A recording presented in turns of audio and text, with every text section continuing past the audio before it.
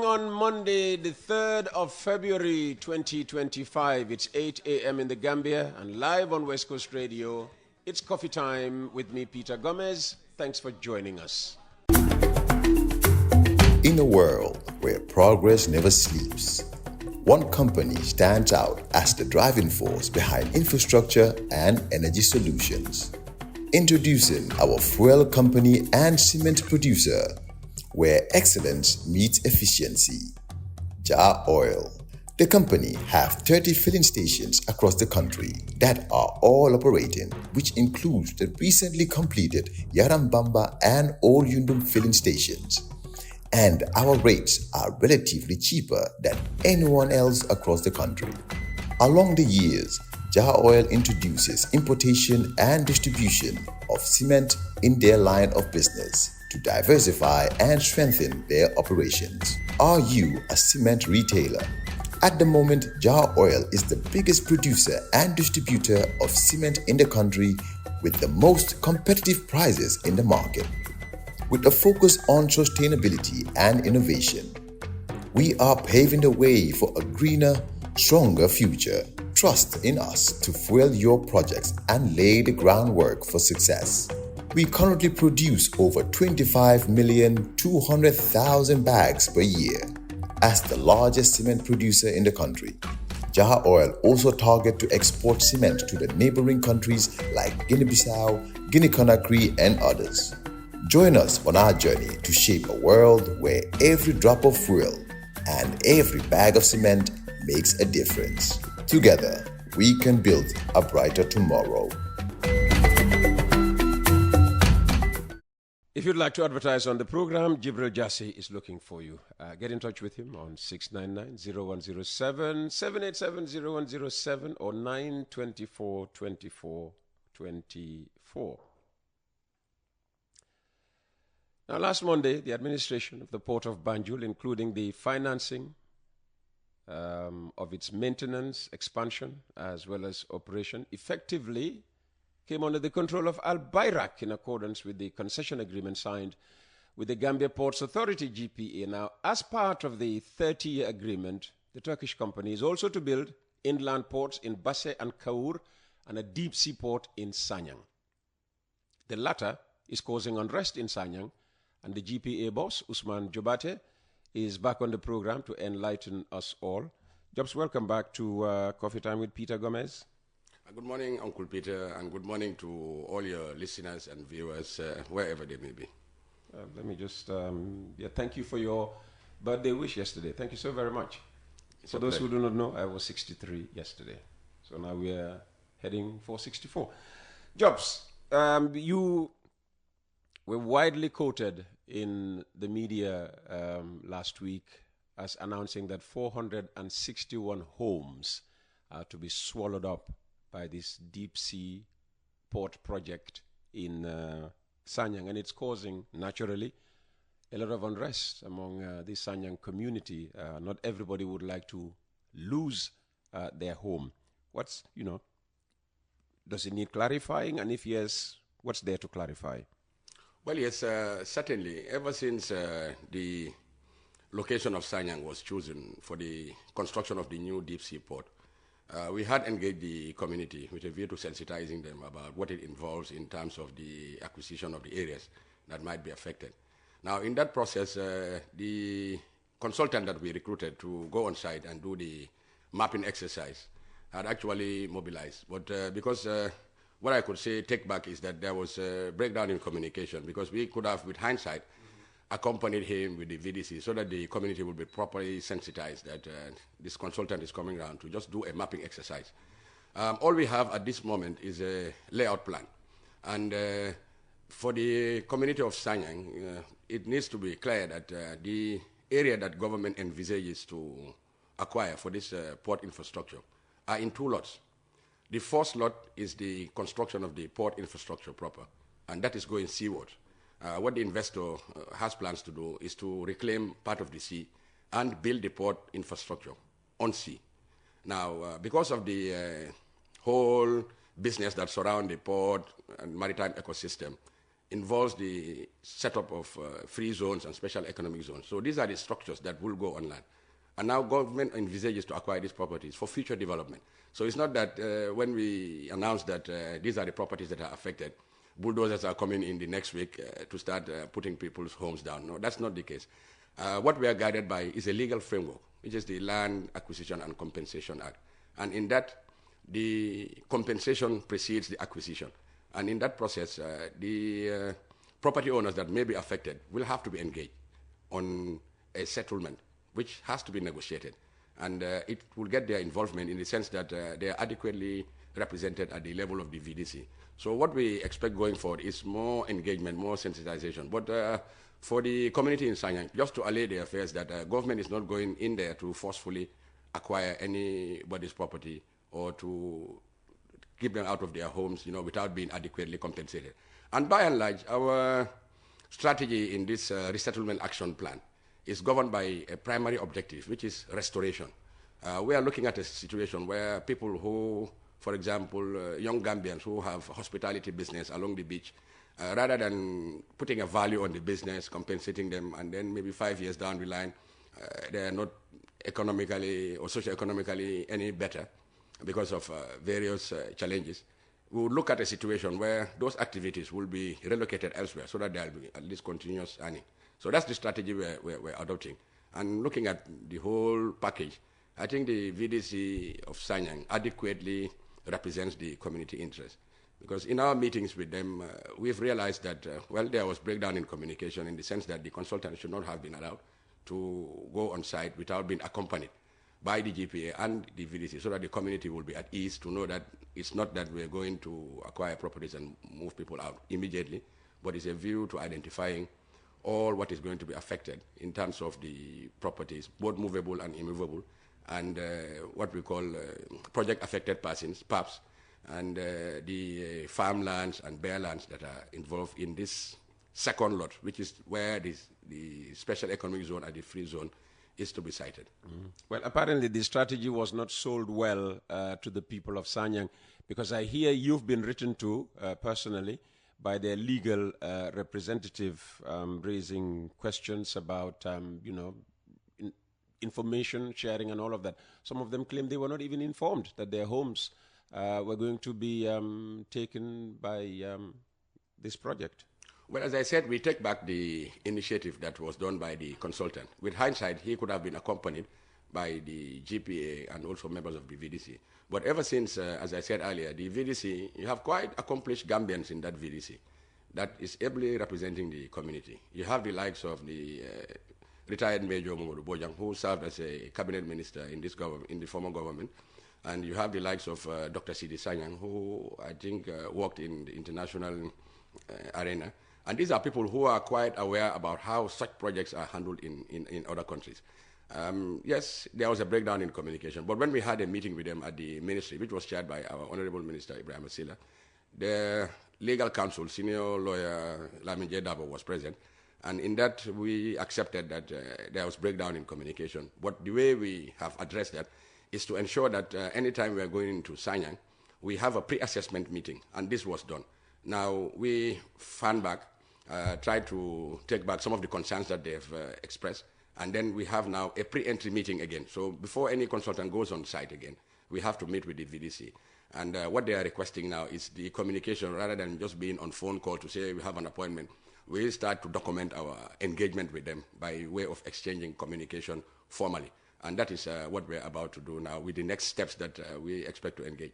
And just 2 weeks ago, the independent engineer that the GPA has recruited, the Royal Haskoning of the Netherlands, to assist the GPA in assessing the technical information and so most of the engineering designs that this investor is going to submit, was on site just on a familiarization tour. And we had to call the VDC to accompany them. So they were there together with the investor and this independent engineer to look at the ground and see where the activities need to be started, just as a site visit. One other complaint of the people who are not happy with their homes seemingly being targeted is that GPA, Al Bayrak, government of the Gambia avoided a foreign investment real estate company with a large chunk of developed and partly developed land there to take up the homes of ordinary Gambians. How true is that? Well, it's not an information that I'm aware about, but what we know is that apparently there's an Indian real estate company that has a big piece of land there, and the entire area is not affected by the port project. Well, the choice of location is guided by some engineering concerns, and I think what we can say is that Sanyang is endowed. Maybe there's a blessing in the area that was identified, because we realized that from the preliminary investigation, the bay in Sanyang has what we call maybe a natural channel that leads into where the port infrastructure is envisaged to be sited. What that means is there will be less need for dredging, because there will be adequate depth in that area. That's what determines the choice of location, and not that access to land site is the primary consideration. Government is also looking at other options, because there's this TDA area, which is beyond the waterline, just to about 800 meters, as the information has it. But we are doing our investigations. Is it what they call Hauba? Well, I have heard about the name Hauba. I'm not very familiar with the particular location. But what we know is from the layout plan, there's this bay in Sanyang where it has been identified that this is the most suitable place for the port infrastructure because of the less need for dredging. And the channel that leads there, it's like the currents are flowing into that area, and there will be less need for dredging to site the infrastructure. Because the port infrastructure, what it involves is there's going to be like a breakwater, a seawall, to allow for calm waters around where the jetties and the other installations are to be constructed. But by and large, it's not that deliberately we're avoiding taking private property, this Indian real estate property, and going to individual people's homes. That is not what determines the choice of location. So when can we expect work in Sanyang to begin if you smooth out all these problems? Because officially the concession has come into force. Well, certainly the investment is envisaged in two areas. Principally, the port infrastructure is what is targeted to be constructed within 2 years after all the engineering designs have been confirmed and the land has been secured. But again, the port infrastructure, as I said earlier, is going to be constructed on sea. So there will be less need to go inland to acquire property. The second lot is where government envisages to build this support infrastructure that will go to add value to this port business. And this is the next lot that people's properties might be affected. But again, from effectiveness, we expect 12 months to complete all the site investigation, property acquisition, and also the detailed engineering designs to be confirmed, and then the investor will start to mobilize. Thereafter, it will take maybe 18 to 24 months to have the first phase in Sanyang complete. So according to our estimation, late 2028, we should see the activity starting to move from Banjul to Sanyang on the first phase. Okay, and what happens if someone doesn't want to sell their property? Is there any way of maybe incorporating, them in the whole port project in Sanyang? Well, yes. In one of our interviews, we had actually mentioned that this is not the first time the port is acquiring property. The Banjul Half-Dye area was typically peculiar in the sense that Banjul is different from anywhere else in the Gambia in the sense that people own land in perpetuity. I think this was because of some colonial legacy that was left. People in Banjul own their homes, the land, in perpetuity. So its acquisition was a little bit more complicated in the sense that people have attachment to their land. So if the negotiations that we had concluded in Banjul is anything to go by, at some point we were saying that with hindsight, when government issued the cabinet instructions in 1993 for the expropriation of that portion of the Half-Dye to be construed as part of the port expansion project, people could have negotiated that rather than ceding their, rather than getting compensated and move on with their lives, they could have put a value on the land and the structures and then cede it as equity in the business so that there will be continuous earning. So these are one of the options that people who own property in Sanyang can actually look at. rather than selling off and moving on, the values can be placed on the property and then transposed into equity in the business, meaning they will own shares into whatever business is going to be constructed. Because remember, the special economic zone and the free zones are not part of the investor's concession scope. These are outside of the scope, and this is what government earmarks for local content, to involve more of local Gambians and local champions to invest so that some of these businesses can accrue to Gambians for income generation and wealth creation. So what happens when, the main activity moves to Sanyang? All that extra land, you have taken from half dyers and half dye. What happens to all that land when you have less need for Banjul and the expanded port, thanks to maybe, Sanyang being as successful as envisaged? Well, yes, the whole area in Banjul where the port facility is sited is about 23 hectares, if I remember the figure rightly at the top of my head. But what we intend to do is, if the activity moves to Sanyang, almost about 75% of that area would now be transformed into property development for real estate, to develop a cruise and marina. And 25% is what will be retained to serve our river transport. Now, as you said, there would be an opportunity for reborn, because once the property development is developed, the people who own homes there maybe can negotiate and be given a right of forced refusal or forced choice to come back and buy back their properties, so that the area will be reborn, not half-die anymore. And everything is maybe for now, because nothing like that was written into the contract, so that people don't hear this and think, oh yeah, if they decide to develop the place and sell off, we will have a right of refusal.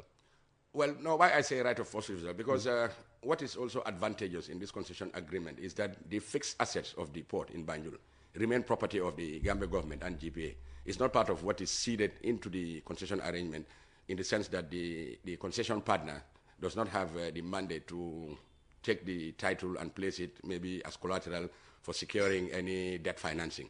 It remains the property of government. What they are allowed is right of use. So once the activity transfers to Sanyang, the property still belongs to government and GPA.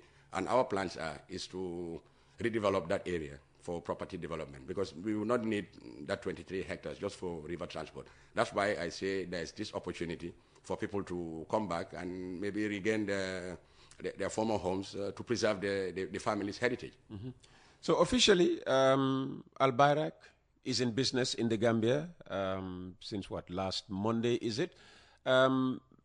What's happening? They've taken over the operational aspect of GPA, haven't they? I mean, what does that involve? Well, what it involves is they will invest in the construction of the new container terminal. This is the 18,000 square meter contiguous zone of the port that we have recently acquired, and construct a new container terminal, procure new equipment, and invest in the digitalization project, just to turn around the efficiency in Banjul, whilst the engineering investigation is being done for the construction of the facility in Sanyang.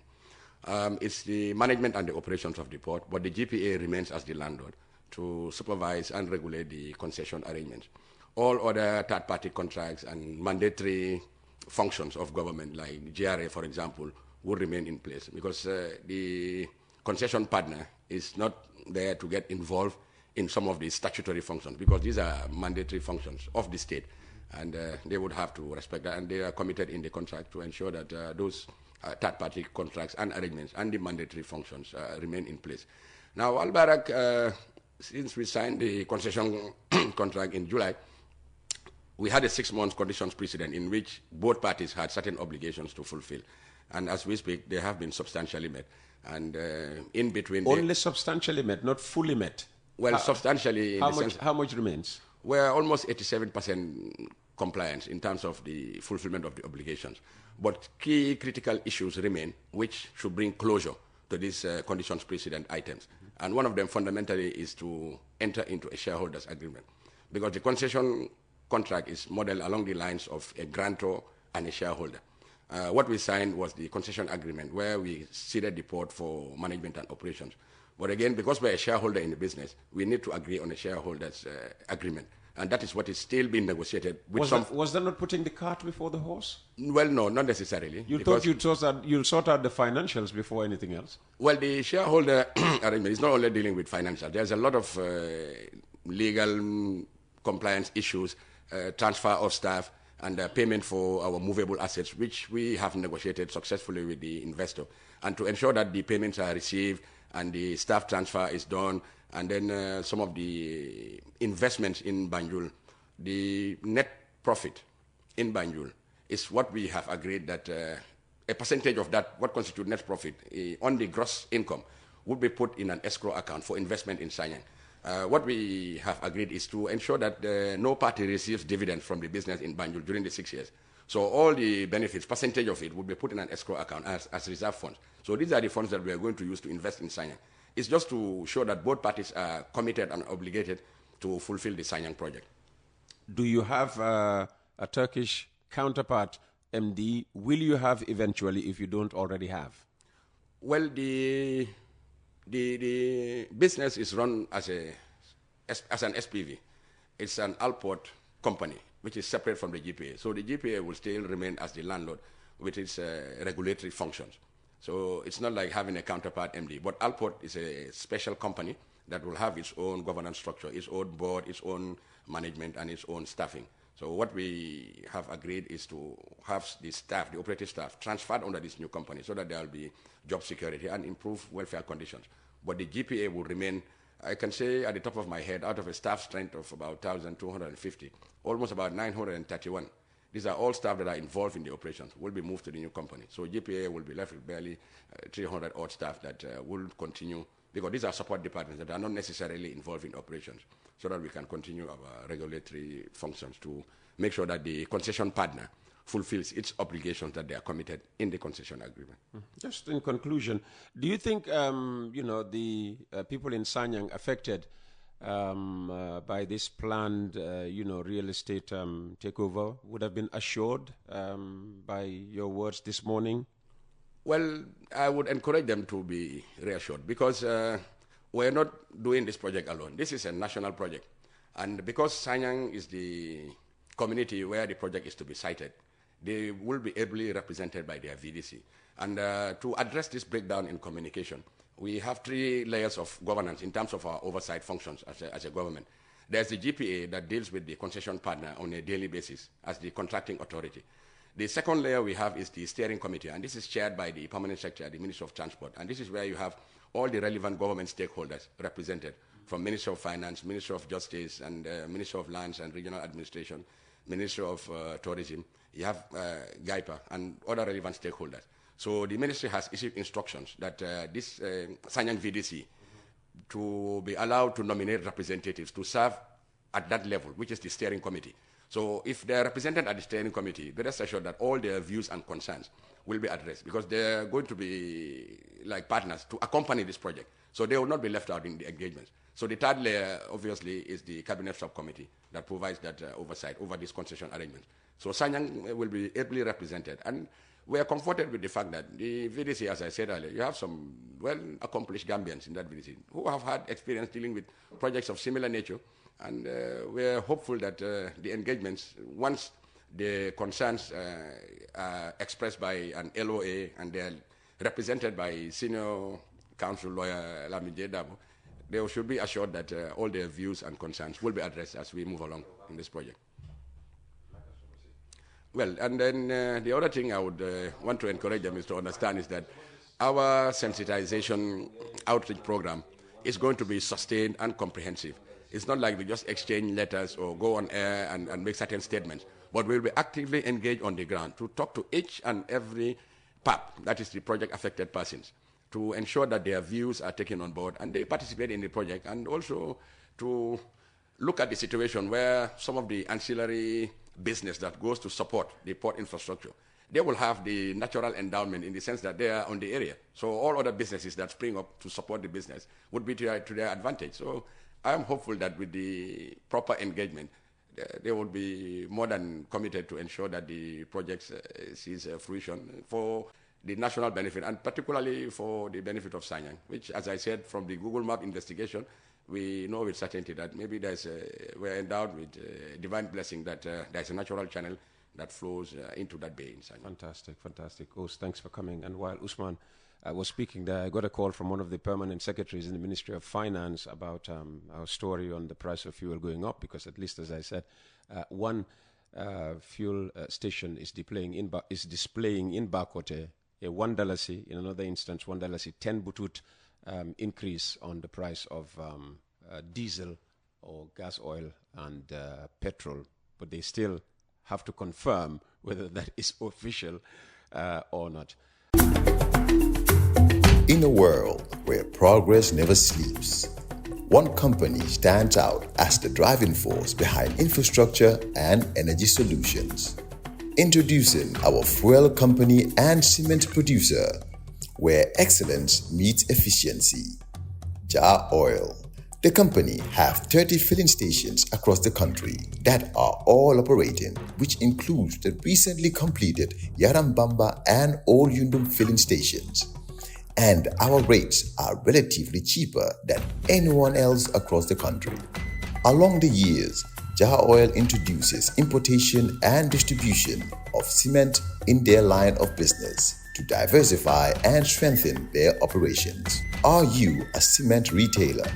At the moment, Jar Oil is the biggest producer and distributor of cement in the country with the most competitive prices in the market. With a focus on sustainability and innovation, we are paving the way for a greener, stronger future. Trust in us to fuel your projects and lay the groundwork for success. We currently produce over 25,200,000 bags per year. As the largest cement producer in the country, Jar Oil also targets to export cement to the neighboring countries like Guinea-Bissau, Guinea-Conakry, and others. Join us on our journey to shape a world where every drop of fuel and every bag of cement makes a difference. Together, we can build a brighter tomorrow.